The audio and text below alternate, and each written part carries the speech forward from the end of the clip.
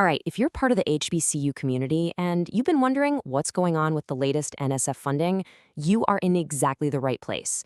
We're about to break down all the numbers, clear up some of the recent news, and really show you where the opportunities are. So let's just get right into it.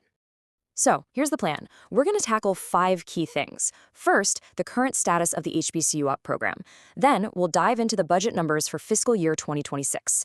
After that, we'll put HBCU-UP and HBCU-EiR funding side by side. We'll also clear up some recent news. And finally, and this is the most important part, we'll talk about your opportunities moving forward. Okay, let's start with the question that's probably on everybody's mind. What is going on with the flagship HBCU undergraduate program? Is it still active? And the answer is a big, emphatic yes. The current solicitation hasn't been replaced. Now, we're all still waiting on some of the final details from the NSF, but the key thing for you to know right now is that the program is absolutely still active. The door is very much open. Now for what everyone really wants to talk about. The money, right? The numbers. This is where the rubber meets the road for faculty, for researchers. So let's break down the budget.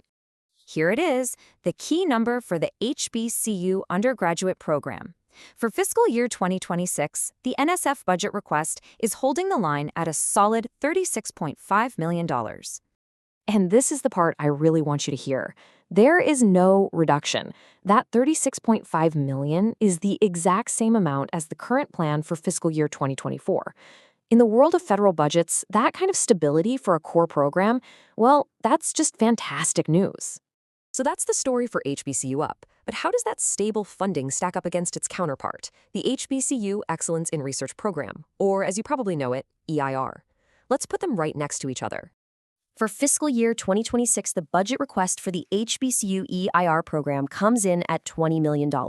Now, let's see how that compares to its previous funding. This chart really lays it all out. You can see HBCU up right there at the top, holding perfectly steady at $36.5 million. But then look at HBCU-EiR. It sees a reduction from $25 million down to $20 million. That's a $5 million drop, which works out to a 20% decrease. So when you look at the total picture, that's a combined reduction of about 8% across these two programs. So the bottom line is pretty simple.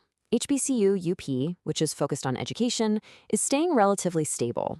The research-focused program, EIR, is facing a bit of a contraction. But, and this is really crucial, both programs are still important. They're still visible priorities for the NSF. All right, next up, I want to clear up a couple of recent news items. Things that might have caused a little bit of confusion out there in the community, just to make sure we're all on the same page. So you've probably seen the really exciting news about that major NSF award that went to Morehouse College. It's a fantastic investment in a new supercomputer. But it's so important to understand that this award is about advanced computing and cyber infrastructure. It is not a new HBCU-UP award. Remember, HBCU-UP is focused on STEM education and pedagogy. These are two totally separate and very important streams of funding. And for those of you who follow the big, large-scale broadening participation research centers, the BPRCs, just a quick update, there haven't been any new awards announced since back in 2023. The center led by Howard University is still the most recent example of one of those. Okay, so that's the data dump. We've looked at the status. We've gone through the numbers. Now let's get to the most important part. What does this actually mean for you? What are the real, actionable opportunities for you and your colleagues? With that stable funding for the core HBCU-UP program, now is the perfect time to be thinking big and working together. NSF is clearly looking for innovation in these really high-impact areas, like using AI in the classroom or immersive and VR-supported learning. They're also focused on faculty development and especially interested in projects that bring multiple institutions together. This is really where you can make a huge impact. So if we're going to summarize the whole thing, the big picture is this. The core HBCU-UP program is active and its funding is stable. Yeah, there's a little dip over in the EIR program, but there's still significant funding there. The real takeaway is that the door is wide open for strong, new, innovative, and collaborative proposals in educational research.